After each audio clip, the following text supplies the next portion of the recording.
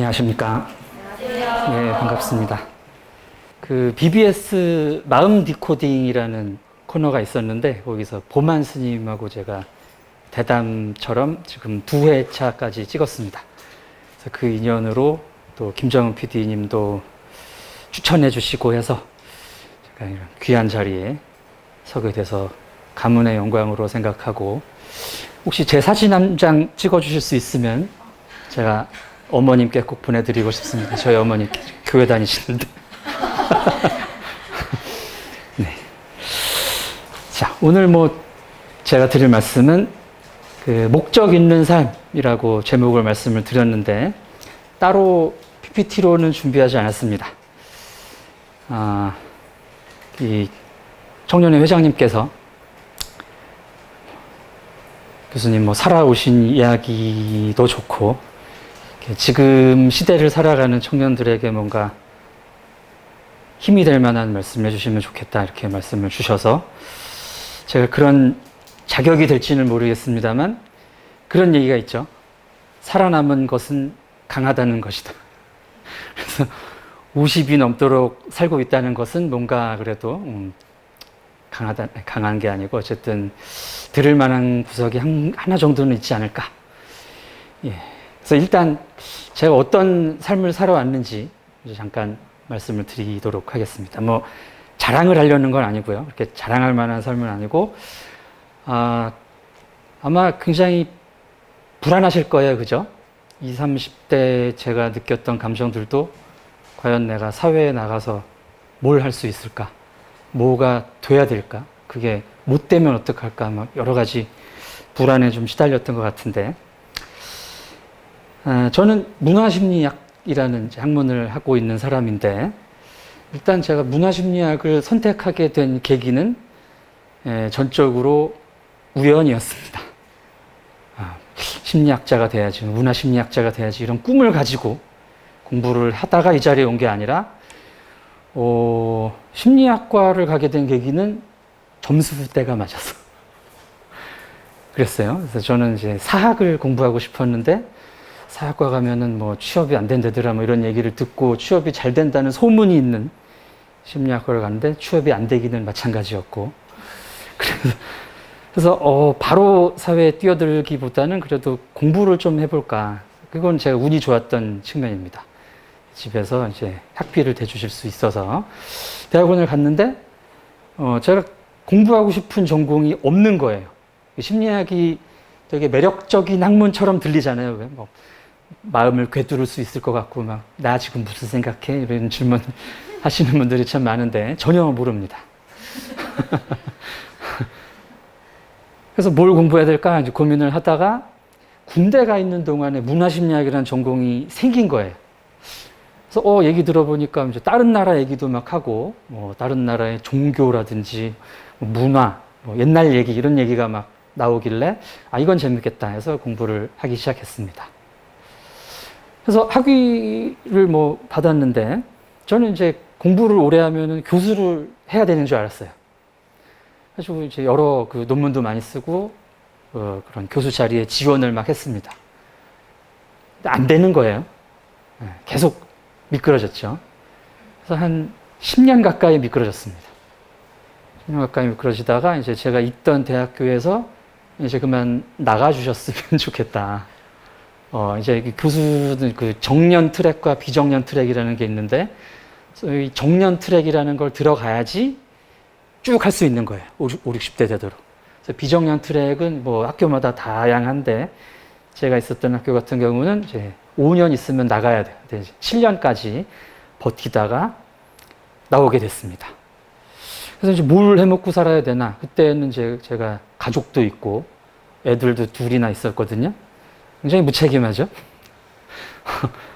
무책임한 게 주가 아니고, 이제 그때는 현실에 충실했습니다. 사랑하는 사람이 있었고 같이 살고 싶었고, 그래서 결혼을 해가지고 이제 아이도 낳았고, 그래서 현실에 충실하다 보니까 먹고 살 길이 애매한 거예요. 그래서 작가로 살면 어떨까? 그러니까 이제 논문을 쓰고 막 여러 가지 글쓰기 하는 훈련은 돼 있으니까 대중서 이런 책을 써가지고 작가로 먹고 살아야겠다. 그래서 잘리기 1년 전부터 열심히 책을 썼습니다. 애들이 어려가지고 뭐 잠도 못 자게 하는데 막 새벽 2시, 3시까지 책을 썼어요. 그래서 책이 딱 나왔는데 인세라고 있어요. 책을 팔면은 책값의 10%를 작가가 받습니다. 근데 첫 책이 꽤 잘 팔렸어요. 막 4세, 5세를 찍었습니다. 되게 잘한 거예요. 근데 책값이 한 17,000원 되는데 10%면은 제가 얼마를 받았겠습니까? 그죠? 그러니까 채산이 안 맞는 거죠. 그래서 뭐 4인 가족의 1년 생활비 뭐 계산해 보면은 안 맞아. 1년에 2권씩 써가지고 이 정도씩 팔아야 돼. 안 되는 거예요. 뭘로 또 살아야 될까? 하던 도중에 코로나가 터졌습니다. 그래서 이제 약간 그 강연자로 팔리기 시작할 때였어요. 이런 작가가 있다. 여기 와주세요. 여기서 하는데 코로나니까 이제 못 다니잖아요. 그래가지고 그 모든 집회가 중단이 되면서 이제 수입이 뚝 끊기게 되는 거죠. 어떻게 해야 되나 막 고민을 하다가 막 이력서를 여기저기 올려놨는데 어디서 면접을 보러 오라고 하더라고요.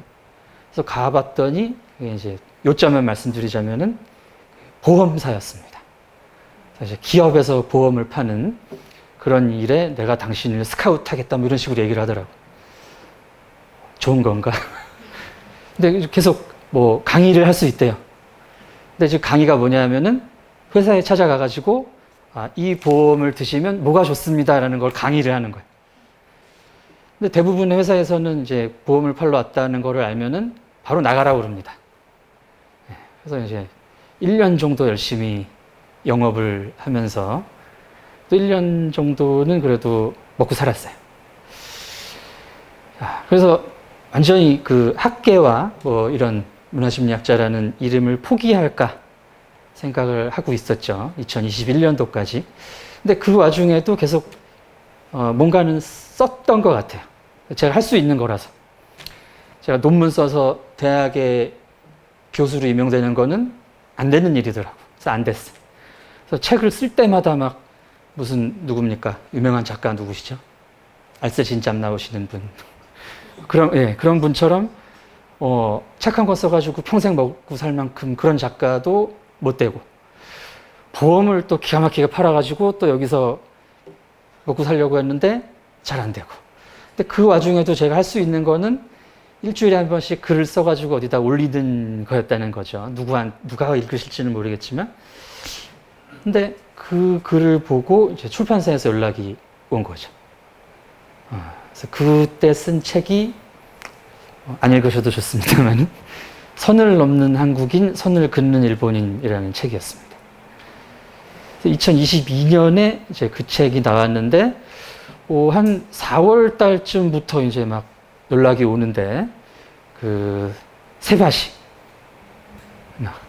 어쩌다 어른 이런 이제 굴지의 강연 프로에서 연락이 와가지고 그때부터 알려지기 시작했죠. 그래서 지금은 그 강연자로 잘 먹고 잘 사는 건 아닙니다. 오해하실까봐. 아주 성공적으로 뭐 잘 먹고 잘 사는 건 아니지만 이런 길을 가게 됐다는 말씀이에요. 그래서 제 지금 이 인생의 행로는 플랜 F 정도에 해당을 합니다. 그래서 플랜 A가 있을 거죠, 그죠? 대학에 입학하고는 졸업하면 뭘 해야 되겠다. 요게 아마 플랜 A일 거예요. 그래서 무슨 회사에 가가지고 몇 년 후에 뭐 얼마를 모아가지고 뭐 어디에 집을 마련해가지고 결혼을 해서 뭐 10년 뒤면은 뭐 어디 이사를 가고 애는 몇 살이 돼 있고 이게 플랜 A예요. 근데 이게 잘 안 될 확률이 굉장히 큰 거죠. 저도 플랜 A가 있었습니다. 안 됐어요. 중요한 건 그건 것 같아요. 플랜 A가 안 되면 B를 가면 된다. 그래서 B를 갔는데 B도 안 될 확률이 큽니다. 요거 하면 좋겠다 하는 거는 대부분 어떤 놈들이 했어요. 이미 레드 오션일 확률이 굉장히 큽니다. 그래서 레드 오션에서 살아남으려면 더 많은 뭔가를 해야 되겠죠. 근데 또 할 만큼 하다가 내가 할 수 있는 만큼 해보고 안 되면은 또 플랜 C를 찾고 D를 찾는 것도 저는 하나의 인생을 사는 방법이라는 것을 깨달은 것 같아요. 굉장히 최근에 깨달은 일입니다. 2023년이면은 재작년이죠, 그죠? 51년째 살고 있는데 재작년에 이런 중요한 사실을 깨달았습니다. 우리가 미래를 불안해하는 게 불확실하기 때문이죠. 이게 내가 원하는 대로, 내가 생각한 대로 안 돌아가면 어떡하나. 이 말씀을 드리면 마음이 좀 편해지실지 모르겠지만 이렇게 생각하시는 게 편해요. 내가 생각한 대로 안 돌아간다. 안 돌아갈 확률이 99%다. 그럼 거기다가 전전긍긍할 필요가 크게는 없는 거죠. 물론 플랜 A가 있으면 노력을 해야죠. 플랜 A를 내가 이루려고 최선을 다하셔야 됩니다. 근데 이제 뒤쪽에 나올 주제인데 뒤에도 말씀드리겠습니다만은 깨달음은 좀 불교 용어 같지만 그 순간이 와요. 내가 이게 될 건지 안 될 건지. 그 시간이라는 것도 되게 중요하지 않습니까, 여러분? 내가 이 시간에 이 젊은 나이에 플랜 A에 몇 년을 내가 투자할 수 있을 것인가? 10년을 투자하긴 좀 그렇잖아요. 20년을 투자하긴 좀 그렇죠. 그렇게 투자를 하고 되면 그래도 괜찮은데 플랜 A가 안 됐을 때는 너무 리스크도 크고 그동안에 고생하실 여러분 마음도 그렇고 주변에 있을 사람들의 마음도 좀 그렇습니다. 그렇기 때문에 제 생각에는 저는 그래도 이거를 한 7, 8년 했어요. 그 업계는 좀 그런 측면도 있지만 여러분이 판단하실 일이긴 합니다. 그래서 내 지금까지의 노력과 내 능력과 그 객관적인 그 업계, 그 내가 가고자 하는 진로의 상황을 판단을 하셔서 이 플랜 A에는 내가 몇 년 정도를 투자할 수 있는지 판단을 하시고 그게 넘었다 그러면은 더 망설이지 마시고 플랜 B로 가실 수 있어야 되지 않을까. 그리고 또 하나는 예기치 못한 일이 또 일어날 수 있어요. 자, 누가 코로나를 예측했습니까? 막 평생 번 돈 다 투자해가지고 음식점 차렸다가 망한 분들도 계시고 그럴 거 아니에요. 누가 그 사람의 노력이 부족한 게 아니죠. 아무도 예측할 수 없는 일 때문에 인생이 그렇게 방향을 바꿀 수가 있습니다. 그건 내가 어쩔 수 있는 것도 아니고 누가 어쩔 수 있는 것도 아니고 그렇기 때문에 그런 경우에도 또 다른 플랜을 찾아보시는 게 꼭 그러시라는 거 아니고 그런 방법도 있다. 그러다 보면 또 전혀 예측하지 못한 플랜들이 나타날 때도 있습니다. 제가 요새 플랜 F에서 G를 넘어가는 기로에 있는데 이제 명함도 나왔어요. 나중에 이제 저 아는 분들한테 보여드리면은 네가 그걸 한다고? 분명히 이 얘기가 나올 일입니다. 근데 지금까지 제가 살아왔던 일하고 또 연관이 또 돼요. 이렇게 많은 분들 만나고 말을 하고 강의를 했던 경험이 도움이 되는 쪽으로 또 길이 열리는 일이 또 있을 수 있습니다. 그래서 이제 첫 번째 주제는 플랜 A가 막히면 B, B가 막히면 C. 여러분 알파벳송 한번 불러볼까요? A, B, C. 아무튼 이렇게 Z까지 있을 수 있다. 이 얘기를 이제 친구한테 했더니 더 갈 수도 있다. 그럼 뭐 소문자로 한 번 더 가지 뭐. 그런 느낌으로, 그런 마음으로 가시면 마음이 약간 편해질 수 있을 것 같고 이게 꼭 진로만이 해당되는 거 아닌 것 같습니다. 특히 이런 표현이 좀 죄송한데 어릴 때는 지금 연인으로 표현을 할게요. 지금 엊그저께 올라온 마음 디코딩을 보시면 제 떠나간 여자친구에 대한 얘기를 들으실 수 있는데 세상이 끝난 것 같아. 근데 플랜 B 또 다른 사람이 또 다른 인연이 좋다. 불교적 용어로 또 다른 인연이 오더라고요. 물론 이제 굉장히 힘들었습니다. 탈영할 뻔했는데 그 시간을 지나고 또 제 삶에 충실하고 또 그죠? 저도 나름 가꾸고 하면서 살다 보니까 또 다른 사람이 만나가지고 좀 그 사람하고 잘 살고 있어요. 네네. 감사합니다. 그러니까 뭔가가 끝났다고 생각하지만 그것은 끝난 게 아니다.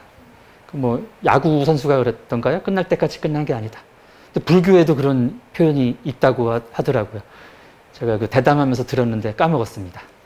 그 한자를 까먹었어요. 그러니까 끝은 또 다른 시작이다. 종이부시? 그죠? 예, 맞습니다.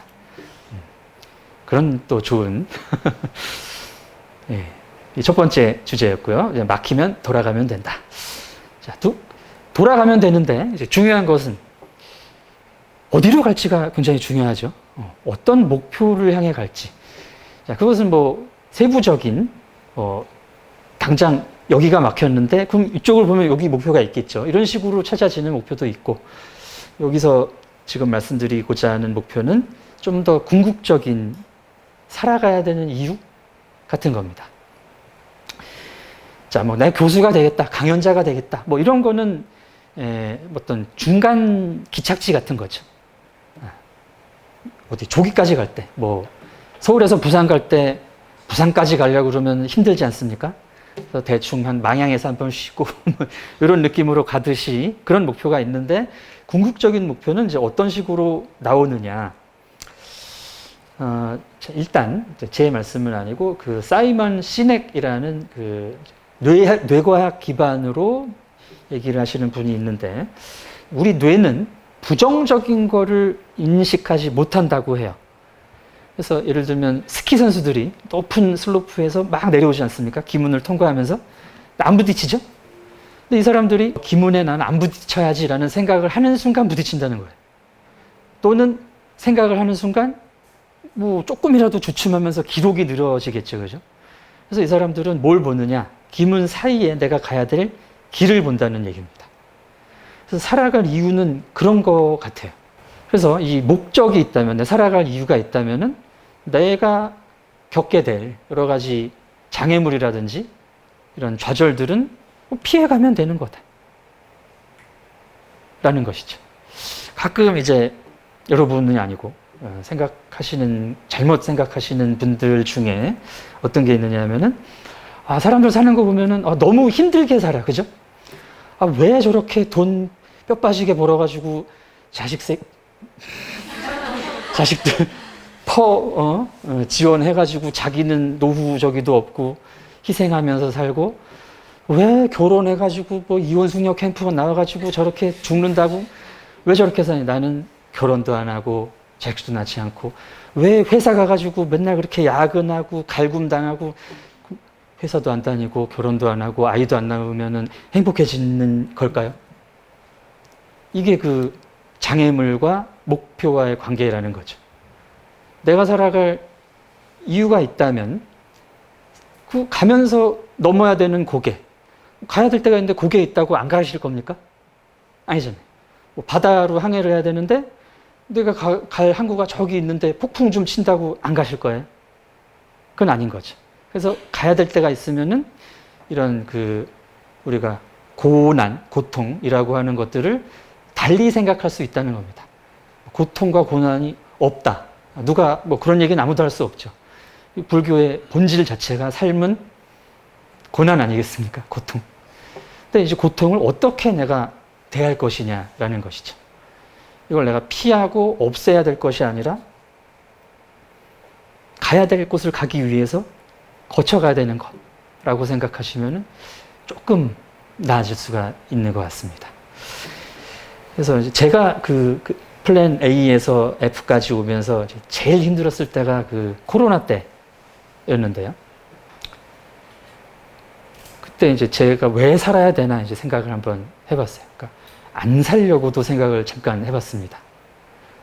근데 그러면 안 되겠더라고요. 책임을 져야 될 게 있으니까. 이거는 내가 책임에서 회피하는 꼴밖에 안 되는 것 같더라고요. 그래서 그 선택은 하면 안 되겠고, 그럼 뭘 위해서 살아야 돼? 일단 이제 책임질 것을 책임지는 것도 살아갈 이유가 되죠. 그것도 굉장한 이유가 됩니다. 애기들이 막 어렸는데, 애들이 막 아빠 뭐 하는데, 먹여야겠구나. 이런 생각이 들게 되고, 또 하나는 이거였어요. 예, 저는 화가 굉장히 많은 사람입니다. 관상만 보셔서는 잘 모르실 텐데, 저랑 이제 조금 지내보시면, 은근히 화가 많다, 저 사람이. 제가 운전하는 차만 타보셔도 아는데, 이 화의 대부분이 저는 이제 저를 인정하지 않는 사람들한테서 와요. 그게 이제 어렸을 때는 부모님이기도 했고, 아버지이기도 했고, 선생님이기도 했고, 우리 사회 어른들이기도 했죠. 심리학이 이제 웃기는 게, 심리학에서는 문화심리학이 없다라고 주장을 합니다. 그래서 문화심리학자다라고 말하는 게 이제 제가 자의적으로 하는 거예요. 분야는 있는데, 그런 입장이 더 큽니다. 그래서 없긴 없어, 이놈들아 하면서 제가 막 한 거죠. 해가지고 계속 제 목소리를 내고 싶은 마음이 컸어요.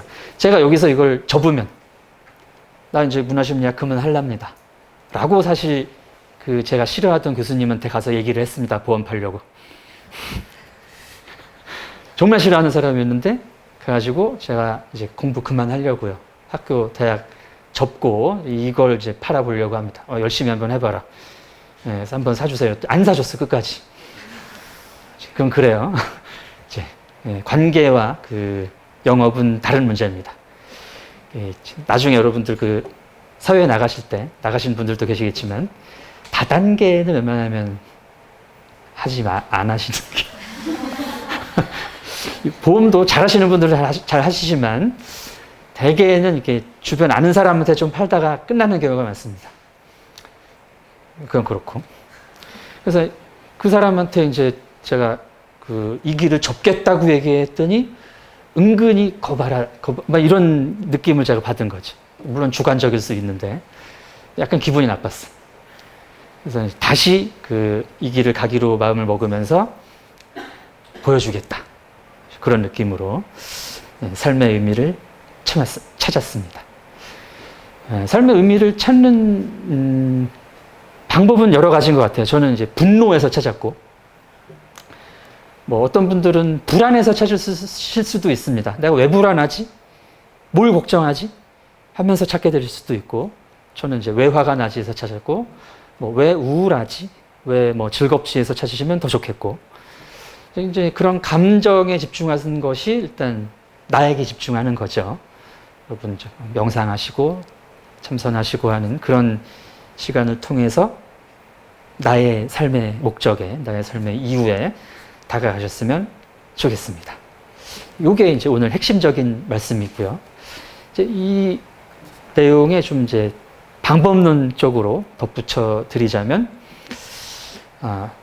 첫 번째 드릴 말씀은 부정적 사고의 위험성을 우리가 알고 부정적 사고에 빠지시는 것을 좀 경계하실 필요가 있다. 좋은 표현입니다. 인지심리학 그리고 임상심리학에 인지삼재라는 개념이 있는데, 안 적으셔도 돼요.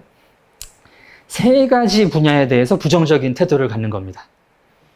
이게 세상에 대해서, 고 미래에 대해서, 나에 대해서 부정적인 생각을 갖는 거거든요. 자, 세상에 대한 부정적인 생각. 대한민국 끝났다. 출산율 0.6. 와, 끝났다. 지구 온난, 지구는 끝났다. 미래. 출산율 끝났는데 미래가 있어요? 지구 지금 기후 개판되는데 미래가 있어? 미래도 끝났다. 나.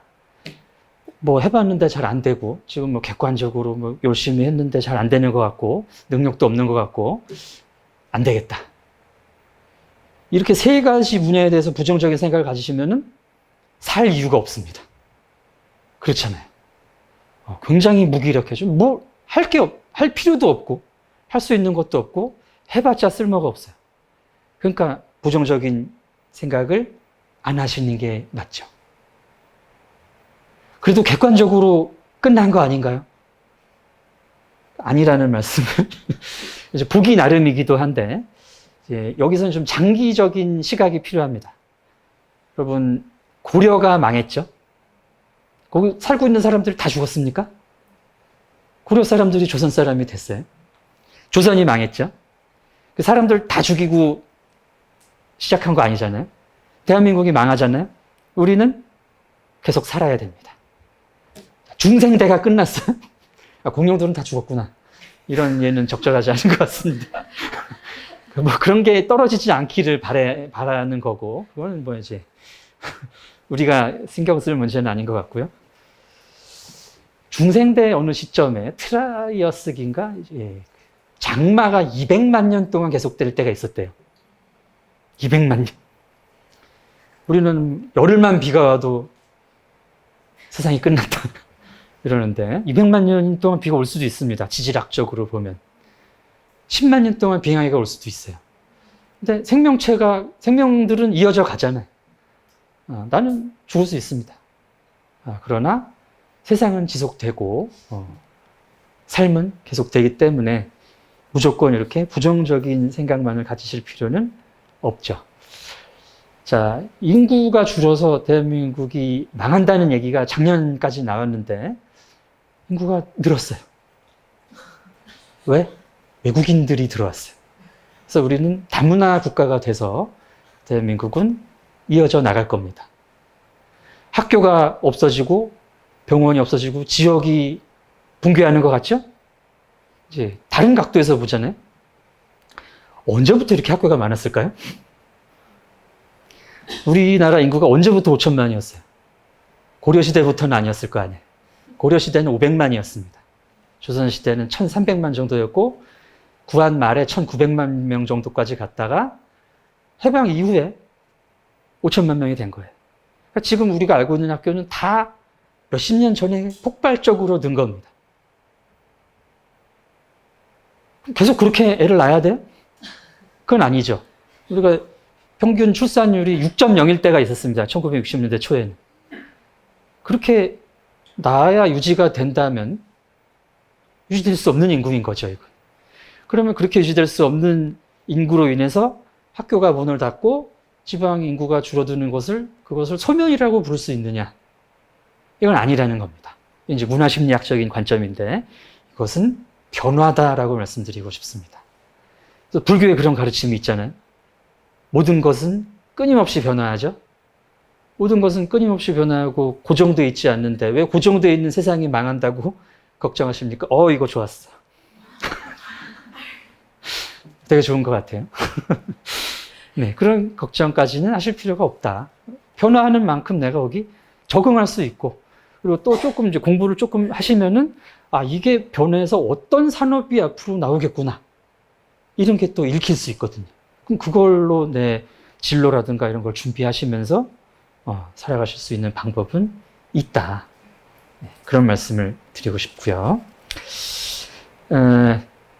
그러면서 이제 여러분들 가끔 인터넷 하다 보면 쇼츠도 쇼츠지만은 이제 가끔 필요한 정보를 얻기 위해서도 그렇고 이제 나 아는 사람들 얘기를 보기 위해서도 그렇고 커뮤니티 가시는 경우 많죠. 그래서 이제 몇 중요한 커뮤니티들이 있습니다. 그 실명은 언급하지 않겠습니다만은 커뮤니티를 하실 때 이제 유의하실 점은 커뮤니티는 진실을 얘기하는 것이 아닙니다. 커뮤니티에서 정보를 얻으실 생각을 하시면 안 돼요. 그리고 정보를 바탕으로 판단을 하게 되잖아요. 그러면은 완전히 망하는 일입니다. 왜냐하면 지금 세상이 망했다는 모든 정보가 커뮤니티에 있어요. 이래서 이렇기 때문에 망했음, 끝임, 이런 단정적인 말투로 막 있잖아. 남녀 갈등이 너무 심하고 대한민국은 끝났음, 이러는데 그게 냉정한 사실도 아니고 그런 판단을 해서 글을 올린 사람이 권위 있는 권위자도 아닌 거죠. 그러니까 그걸 가지고 내가 판단을 할 필요도 없고 거기에 이제 휘둘리실 필요는 전혀 없다. 그냥 트라이어스기 200만 년의 장마를 생각하시면서 살아남을 수 있다. 하시면 좋겠습니다. 자, 또 하나는 고립되지 말자라는 말씀입니다. 여기 나오셔서 부족한 제 말씀도 들으시고 굉장히 좋습니다. 사람은 사회적 존재죠. 인간 종 자체가 집단 속에서 진화를 한 종이에요. 때문에 인간 행동의 모든 것은, 인간의 뇌 작용의 모든 것은 타인의 영향을 받게 돼 있습니다. 근데 꼭 뭐 옆에 누가서 어떤 말을 하고 무슨 행동을 해서 영향을 받는 게 아니라 우리가 인식하지 못하는 화학 물질의 영향도 받아요. 사람들이 여러 가지 신경 전달 물질이라든지 페로몬이라고 하는 그 화학 물질들을 뿜어냅니다. 지금도. 저도 뿜어내고 있고 여러분도 뿜어내고 계세요. 모르죠. 지금 옥시토신을 뿜으셨네요. 이렇게 인식하지는 않지. 근데 끊임없이 뿜어내고 있다. 그리고 그 영향을 받는다. 무슨 말씀이냐면 여럿이 있으면서 여러 사람들이 같이 온기를 느끼고 체온을 느끼고 하면은 굉장히 여러 가지 작용이 일어난다는 얘기입니다. 내 머릿속에서. 그래가지고 이게 내 생각을 삐뚤어 나가지 않게 만들어주고 내 감정을 외롭지 않고 이렇게 만들어주는 거예요. 근데 현대인들이 살다 보면 아무래도 나홀로 산다의 그 라이프 스타일에 익숙해질 수밖에 없죠.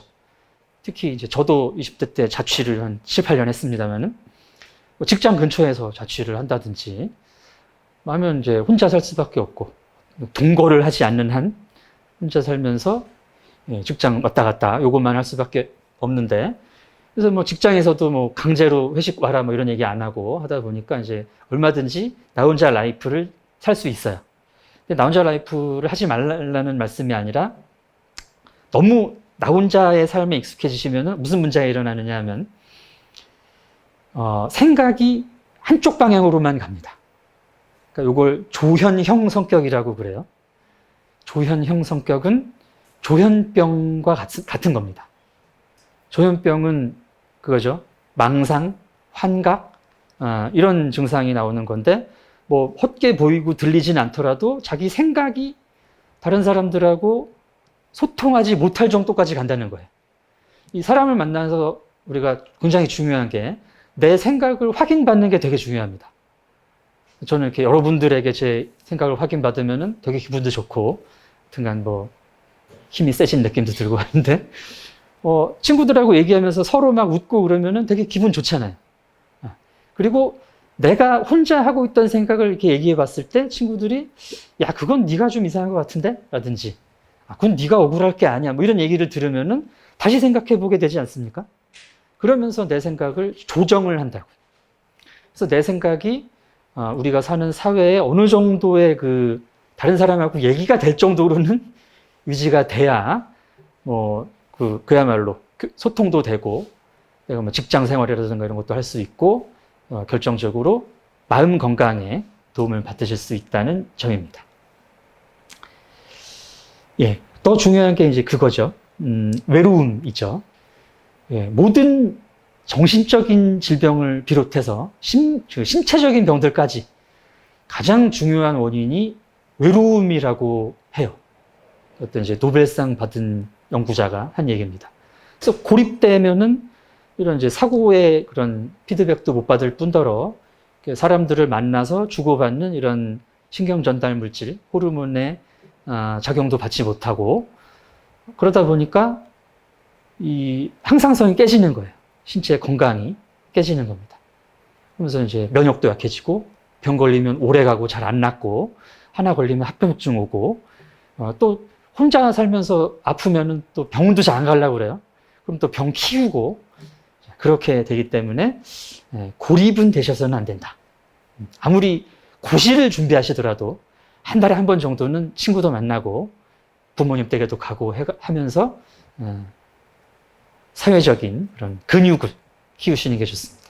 그래서 저는 이거를 그 마음의 근육이라고 표현을 하는데 저만 하는 건 아닙니다만은 여러분 운동하시려면은 운동을 해야 되잖아요. 근육 날씬한 몸매를 원하십니까? 이게 타야 되고 근육을 원하시면은 무거운 거 드셔야 돼요. 마음의 근육을 원하시면은 사람을 만나야 되는 거죠. 그러니까 우리가 사람을 안 만나는 게 귀찮아서, 피곤해서, 머리 아파서잖아요. 이 3대 이유. 귀찮고 머리 아프고 피곤해. 이걸 무릅써야 운동을 하듯이 이걸 무릅써야 마음의 근육도 키우실 수 있습니다. 그래서 이제 일주일에 한 번 정도는 친구도 만나시고 그래서 저는 이제 연애, 결혼까지는 뭐 선택일 수 있습니다만은 연애 굉장히 중요하다고 생각합니다. 특히 연애를 하면은 굉장히 몸에 좋은 호르몬들이 많이 나와요. 그 사랑을 할 때 그 도파민. 그래서 도파민은 마약을 할 때보다 조금 적게 나옵니다. 거의 마약에 준하는 정도의 쾌감을 누군가를 사랑할 때 얻을 수 있다는 거죠. 마약을 하지 뭐 이러실 분은 없잖아요. 연애를 하는지 마약을 그게 훨씬 간편한데 이거 아니잖아요. 간편은 하겠지만 마약은 절대 하셔서는 안 됩니다. 자, 마약은 또 전공이 나와가지고 말씀을 드리자면은 한 번 하는 순간 뇌를 망가뜨려요. 그 다음에는 내가 참을성을 가지고 꾹 참고 마약을 안 해야지 이런 단계가 아닙니다. 망가지기 때문에 절대 시작도 하시면 안 되고 당연히 이제 연애보다 마약이 낫지 이런 생각을 더 하실 필요가 없다는 거죠. 가끔 이제 여러분이 아니라 어떤 그 굉장히 마음이 어려운 청년들 중에는 연애고 결혼이고 이제 아이를 낳는 거고 내가 준비가 안 됐다. 내가 너무 가진 게 없다라는 생각을 많이 하시는 분들도 계세요. 준비가 필요한 것도 맞습니다. 근데 그런 종류의 일은 준비가 다 되는 일은 또 존재할 수가 없어요. 준비가 언제 다 되는 겁니까? 얼만큼 벌어야 결혼할 수 있나요? 뭐 서울 시내에 30평대 집을 사야 결혼할 수 있다면 아무도 못하지. 아무도 못하죠. 뭐 육아 고사를 오은영 선생님한테 봐가지고 80점 이상을 봐야 아이를 낳을 수 있다면 또 아무도 못 낳지. 그런 게 아닌 것 같아요. 저는 어떤 마음으로 결혼과 아이를 낳는 그런 결정을 했느냐 하면 그 순간이 소중했던 것 같습니다. 이 사람이 좋았어요. 아무것도 없을 때부터 사귀었어요. 사실 뭐 결혼할 때도 제가 연봉 600만 원 수준의 박사 과정에 결혼을 했거든요. 그래서 가진 거 없이. 그러나 뭐 같이 있고 싶었기 때문에 같이 살래? 그러제. 가끔 이런 사람이 있습니다, 여러분. 여자들은 그런 여자 없을 거야. 뭐 남자들은 그거 아니야. 있어요. 그러니까 많이 얘기를 해보셔야지 알 수 있는 얘기죠. 그리고 또 이제 아이를 낳으려면 또 뭐가 있어야 되고 그런 생각 없이 아이가 있으면 우리가 더 재밌지 않을까 뭐 이런 마음으로 그래서 어쨌든 지금까지 왔습니다. 위험천만해 보인다는 느낌이 들어요. 근데 우리가 누구나 인정해주는 안정에 도달하는 거는 굉장히 있기 힘든 일이라는 것도 말씀을 드리고 싶습니다. 예. 어쨌든, 그래서 현재를 충실히 사시면서, 고립되지 않는 삶을 살다 보면, 그때그때 맞는 일을 하다 보면은 이제 사라지게 된다. 그런 말씀이고요. 다음 이제 뒷부분의 내용은 자기 실현이라는 주제인데요. 심리학의 자기 실현이라는 개념은 불교의 어떤 메시지와 굉장히 유사합니다. 특히 이제 융이라는 학자의 이론인데 자기 실현은 이제 진정한 나의 모습대로 살아가는 것이에요. 근데 우리가 보통 자기 실현하면은 뭔가 자기 개발을 막 해가지고 영어 공부하고 막 이래가지고 더 좋은 직장 뭐 더 연봉 많이 받고 막 이제 그런 삶을 생각하시는데 그거 자기 실현이 아닙니다. 자기 실현은 이제 나다운 삶을 사는 거다라고 생각하실 수 있는데 나다운 삶을 살기 위해서는 내가 누군지 아셔야 되겠죠. 내가 누군지, 내가 원하는 게 뭔지, 내가 살아갈 이유가 뭔지, 요거는 이제 아까 말씀드린 것처럼 충분히 나에 대해서 생각을 하시면서, 이제 찾아가시는 거고, 계속해서 찾아가시는 거고, 그렇게 해서 이제 순간순간 어떤 나라고 생각되는 것들이 나타납니다. 요게 난가? 그러면 이제 그 나와 나의 삶을 좀 일치시키는 거죠. 그러니까 그 전에는 내가 아니라고 생각했는데, 이런 나에게 이런 모습이 있었다라는 게 나의 모습으로 떠오를 수가 있어요. 예를 들어드리면, 저는 이제 결혼 전에 아이를 제가 되게 좋아한다고 생각했어요. 아이를 사랑하는 나. 나 육아도 열심히 해야지. 그래서 아이를 낳았는데 애 키우는 게 너무 힘들어요. 저희 첫째가 애가 좀 예민합니다. 잠을 안 자요. 그래서 엄마 아빠가 나를 토닥토닥 옆에 있다는 느낌이 없으면 바로 눈을 떠. 그래가지고 제가 렘수면이라고 푹 잠드는 거를 둘째 키우는 동안까지 한 6년을 못했습니다. 계속 잠을 못 잤는데. 그래서 막 첫째는 특히 더 심해가지고 잠을 너무 못 자다 보니까 얘를 갖다 버려야 되나? 이런 생각이 들더라고요. 그리고 저희 아내도 분명히 합의해서 잘 키워보자 하고 낳았는데 너무 산후 우울증도 겹치고 그러니까는 막 애 안 자고 그러니까 막 애를 때리더라고요. 여러분 문제 부모들 보면서 막 어떻게 저런 사람이 있냐 이런 생각 드시죠? 순간입니다. 한순간에 내가 그렇게 돼. 그래서 그때 이제 깨달았죠. 나는 애를 좋아하는 게 아니었나? 여기서 이제 또 하나 더 생각해 보셔야 될 것이 애를 좋아하지 않는 게 나의 진정한 모습이었구나 해서 갖다 버리고 내 삶을 살아야지. 이게 자기 실현이 아니라는 거죠. 이건 자기 실현이 아닙니다. 그러니까 자기의 책임이 있잖아요. 내가 내 선택으로 인해서 내 책임이 생긴 거잖아요. 아이가 어리고 있고 가정이 있는데 그래서 이건 내가 원하는 삶이 아니었어 하면서 가면은 이건 자기 실현은 아닌 것 같아요. 그래서 생각을 했습니다. 아이를 사랑하는 나, 이 아이가 깨면은 짜증나는 나, 이걸 어떻게 일치시킬 수 있을까? 고민을 많이 하다가 일치를 시켰습니다. 제 일을 안 하기로 결정을 했어요. 애가 안 자니까 계속 얹어서 재우고 그동안에 사실 논문 쓰고 해야 되는데 그걸 좀 포기를 한 거죠. 그래서 첫째가 저랑 사이가 굉장히 좋습니다.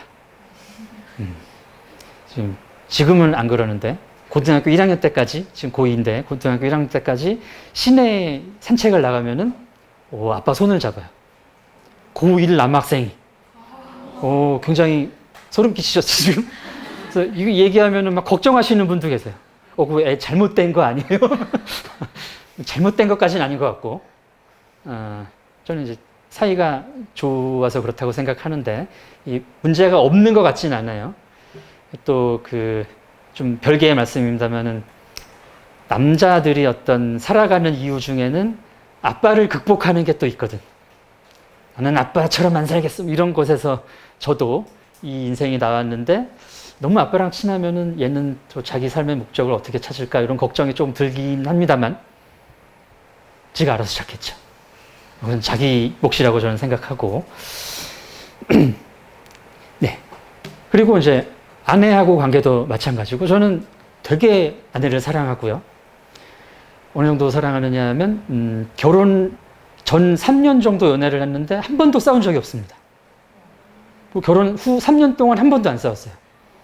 총합 한 7년 동안 한 번도 싸운 적이 없어요. 다 그냥 싸울 일을 안 만들든가 조금 감정이 올라가다가도 제가 그냥 넘어가든가 했습니다. 근데 이제 위기가 애 낳고서는 이제 왔는데 너무 이제 갈등이 커지다 보니까 막 욕이 나오는 거예요. 그러니까 중간이 없어. 너무 사랑하는데 이씨 이러면 안 되잖아요. 그래서 이제 너무 자기의 감정을 억제하는 것도 바람직하지는 않더라고요. 그래서 내가 이 사람을 사랑하는데 왜 이렇게 이 사람한테 열이 받을까? 빡이 칠까? 또 고민을 했습니다. 이거 어떻게 또 해결할 수 있을까? 그렇게 이제 해결한 것이, 제 아내에게 시간을 주고, 육아에서 좀 벗어나서 아이를 제가 좀 전담을 하고, 그래서 좀 커리어에서는 뒤처졌지만, 그래서 아마 7, 8년 동안 교수 임용이 안 됐을 수도 있어요. 그러나 또 다른 길로 돌아서 저는 이제 국내 굴지에 네이버에 쳐보시면은 문화심리학자 하면 제 이름이 딱 제일 먼저 뜨는 그런 사람이 됐죠. 네네, 감사합니다. 뭐, 누가 더 돈을 더 주거나 하진 않습니다. 돈은 제가 벌어야 되는데, 어쨌든, 제, 뭐랄까, 자리를 찾았다? 제가 살아갈 자리를 찾았다라고 생각을 하고요. 그래서 이제 그런 그 순간순간이 반복이 되는 거예요. 한 번 내가, 이게 나의 모습이구나. 그럼 이렇게 살면 되겠지? 했는데 또 다른 맞닥뜨려야 할 내 모습이 나타납니다. 그게 이제 또 그런 거죠. 나는 되게 천재였어. 제가 어렸을 때 소위 엄친아였어요. 그건 이제 제 능력 때문만은 아니고 저희 어머니의 그 분수기 때문에 우리 아들이 너무 뭐 공부 잘해 뭐 이런 얘기를 제가 실제 실력보다 더 하시고 다닌 거예요. 그래서 막 모든 사람들이 민희는 뭐 되게 좋은데 학교 가서 되게 승승장구할 거야 그러는데 그렇게 못 사니까 더 막 좌절스럽고 그게 제 자기상이었었거든요. 나는 이런 사람이다. 되게 막 초천재고 내가 한번 앞에 서면은 막 다 쓰러지고 그런 거 있잖아요. 내가 논문 한번 빡 쓰면 논문 상 딱 따고 실제로 그랬었어요. 초반에는 학위 논문 써서 논문상 받고 막 첫 강의 했는데 강의상 타고 이러니까 초천재다 이런 생각을 한 거죠. 근데 계속 떨어지다 보니까 이걸 이제 맞닥뜨려야 돼요. 어느 순간에는. 나는 내 생각만큼 천재가 아니었고 내 생각만큼 대단한 사람이 아니었구나. 이걸 내가 받아들여야 되겠구나. 그때가 이제 보험을 팔던 시기였던 것 같습니다. 그래서 그걸 받아들여서 그거를 할 수 있었죠. 제가 잘 나가는 교수일 수도 있었는데 하면은 들어가가지고 산업재해 때문에 고생이 많으시죠. 이렇게 말을 시작을 못했겠죠. 자, 그래서 지금 여기서 드릴 말씀은 자기 객관화와 이제 자기 수용이라는 주제입니다. 자, 나를 객관적으로 볼 수 있어야 된다. 저 같은 경우는 이제 어렸을 때 어머니가 워낙에 엄친아처럼 선전을 하고 다니셨기 때문에 저도 이제 착각을 했던 측면이 있지만 사실 한국의 많은 어머니들이 요러십니다. 고슴도치도 지 새끼는 이쁘다지만 아니거든요, 사실은.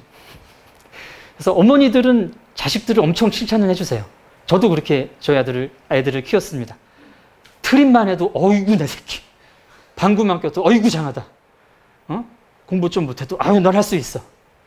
근데 나와서 보시면 사회 나가서 보시면 누구도 나를 칭찬해 주지 않죠. 그러니까 이제 뭘 깨달으셔야 됩니까? 나는 우리 엄마 아빠가 보는 것만큼 대단한 사람은 아닐 수도 있다. 대단한 사람이실 수도 있습니다.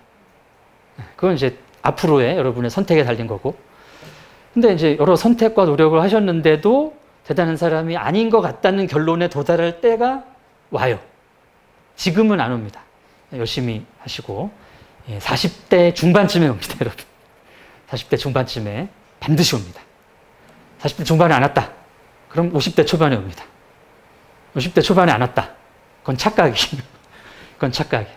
그때까지도 나는 난 너무 잘났고 내 능력 때문에 나 여기까지 가고 있어라고 생각하는 사람은 자기애성 성격 장애라고 따로 이게 병원 진료가 필요한 분들이고요. 40대 중반 정도 되면은 나의 날것의 모습을 내 진짜 모습을 맞닥뜨릴 때가 오는데 그때 이제 그것을 얼만큼 잘 수용하시느냐. 요게 이제 그 이후에 내 삶을 결정하는 중요한 키워드가 돼요.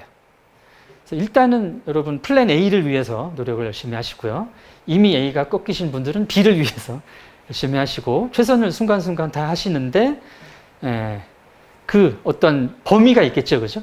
그 범위의 어떤 목표마저 아니다라고 싶은 어떤 시점이 온다면 그 내 한계를 인식하는 거죠. 말하자면. 굉장히 필요한 작업입니다.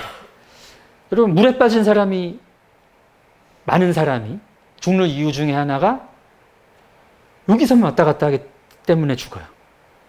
좀 더 가라앉아 보면 바닥이 금방 있을 경우도 많거든요.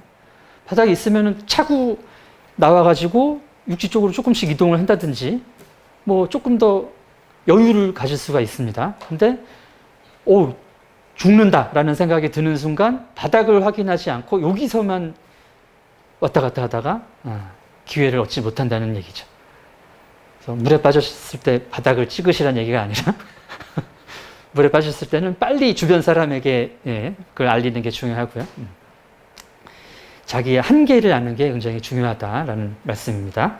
한계를, 그게 내 한계다. 난 거기서 더 못 가가 아니라 거기서부터 갈 수 있다라는 거죠. 처음에 플랜 A라고 생각한 데는 못 가겠지. 근데 이걸 등지고 다른 방향으로는 얼마든지 갈 수 있습니다. 그거를 깨닫는 것이 자기 객관화예요. 나의 한계를 깨닫는 것입니다. 그래서 한계를 발견하실 때마다 좋아하셔야 돼. 여기까지, 이건 더 이상 안 가도 되잖아. 이렇게 가면 되겠구나. 이런 쪽으로 생각하시면 되겠고, 포기하고 수용은 또 조금 다르다는 말씀을 드리고 싶은데, 자기의 그 객관적인 자기의 모습을 보고 한계를 인정하고 너의 모습을 수용해라 이러면은 그럼 포기하라는 거냐, 나의 목표를.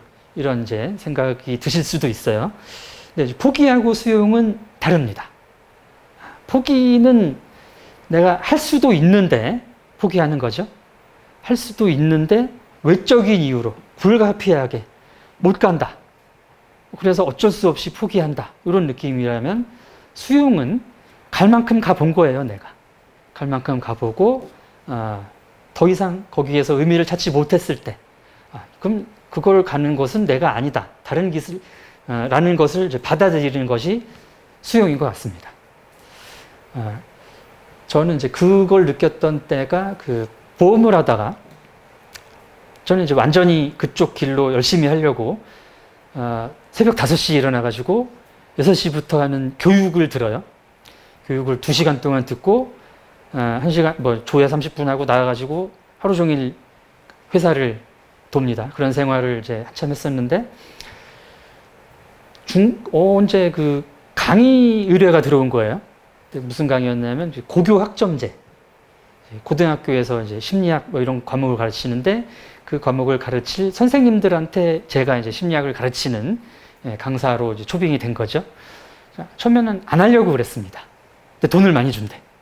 내가 한 3주 정도 하면은 이 보험 한 2달 한 돈이 나오더라고요. 그래서 이거 해야 되겠다. 가지고 했는데, 거기서 그 제 수업을 들었던 선생님들이 제 이런 얘기들을 너무 좋아해 주신 거예요. 문화심리학 얘기도 너무 좋아해 주시고, 이거 교수님 꼭 하셔야 됩니다. 꼭 하셨으면 좋겠어요. 라는 얘기를 저한테 해주셔가지고, 저는 이제 새로운 그 목표를 찾은 거죠. 완전히 접었다가. 그래서 그때까지 강의를 할 수 있고 글을 쓰고 있는 모습. 그게 결국은 또 다른 나의 일부였구나. 완전히 부정할 수는 없구나. 그런 깨달음이었기도 했고요. 자, 그래서 이제 마지막 부분으로 들어가면은, 언제나 선택의 자유는 있다라는 말씀입니다.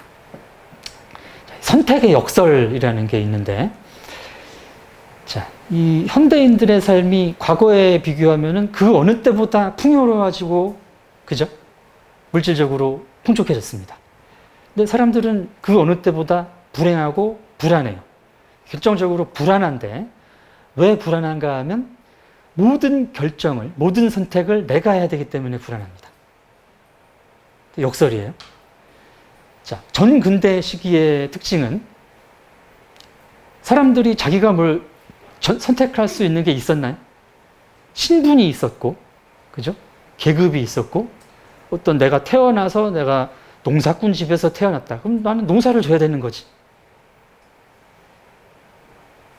충청도에서 태어났다. 이사 가기가 겁나 힘들겠죠? 이런 자유가 없어요. 종교의 선택의 자유도 없었을 겁니다. 여러 가지 삶의, 배우자 선택의, 저는 조선시대에 만약에 17세기경에 여러분이, 저는 비혼하려고.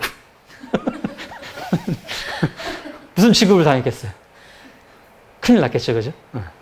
아무튼, 그러니까. 선택의 여지가 없었는데, 현대사회는 모든 게 내 선택으로 들어온 거예요. 그러다 보니까 이제 뭐가 불안의 소지가 되느냐 하면, 더 좋은 선택이 있으면 어떡하지? 가 되는 거죠. 나는 이게 내 적성에 맞고 이걸 하고 싶어. 농사. 근데 세상이 그런 세상이 아니고 또 부모님도 야, 지금 세상이 어느 세상인데 내가 농사 져가지고 먹고 살래? 친구들도 그런 얘기하고 나도 생각해 보니까 돈은 다른 사람들이 훨씬 많이 버는 것 같고 농사는 보조금 나와야 되거든요. 아, 이거 어려운데? 힘들고 몸이. 그러니까 농사를 선택하지 않는 거지. 어떤 선택을 합니까? 남들이 하는 선택을 하는 거죠. 이걸 동조라고 합니다. 자, 이런 불안에 대처하는 방법이 세 가지가 있는데 제일 많이 하게 되는 게 동조예요. 다른 사람들이 사는 대로 사는 거. 나는 어떻게 살아야 할지 모르겠는데 보니까 다른 사람들이 대학 다 가. 대학 가야지. 좋은 대학 나오면 잘 사는 것 같아. 그럼 좋은 대학 나와야지. 요즘에 뭐 의사 7세 고시, 4세 고시. 이 7살짜리, 4살짜리 애들이 자기 선택으로 이걸 하는 거예요? 아니지 않습니까? 누군가의 선택대로 지금 자기의 삶을 맡긴 거죠. 그 친구들이 이제 좀 자기 머리 굵어져서 내 삶에 대해서 고민을 할 때 무슨 생각을 할까요? 막 7세 고시 다 했는데 의사가 안 됐어. 어떻게 살아야 돼, 얘는? 이제 엄마를 찾아가겠죠. 엄마, 난 이제 뭐 해야 돼?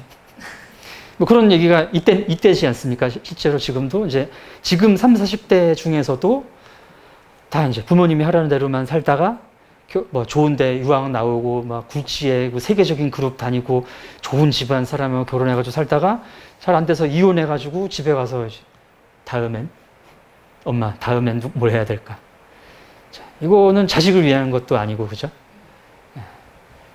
그때까지 자기 삶을 생각해 보지 않은 이 사람에게도 문제가 없진 않죠. 어쨌든, 자, 이 선택의 딜레마가 있습니다. 그래서 이 현대사회 초반에 전체주의 시대라고 있었죠, 왜? 막 세계대전 있고, 우리나라에도 그런 시기들이 있었고, 이거 역시 내가 어떤 선택을 하는 게 불안하니까 그런 전체의 선택에 내 선택을 위탁하는 거예요. 자, 종교에 너무 심취하는 분들도 일종의 이런 선택이라고 볼 수 있습니다. 불교는 이런 식의 선택이 적은 편인데, 특정 종교의 이름을 언급하지는 않겠습니다만, 이제 어떤 종교 같은 경우는 이 길만이 진리요, 생명이요, 이렇게 해버리면은 굉장히 불안해지는 거죠. 거기서 사이비도 많이 나오고, 그렇기 때문에 항상 이제 우리가 중심적으로 생각해야 될 것은 선택을 하는 주체는 나고 선택을 할 여지는 어느 순간에나 있다는 말씀입니다.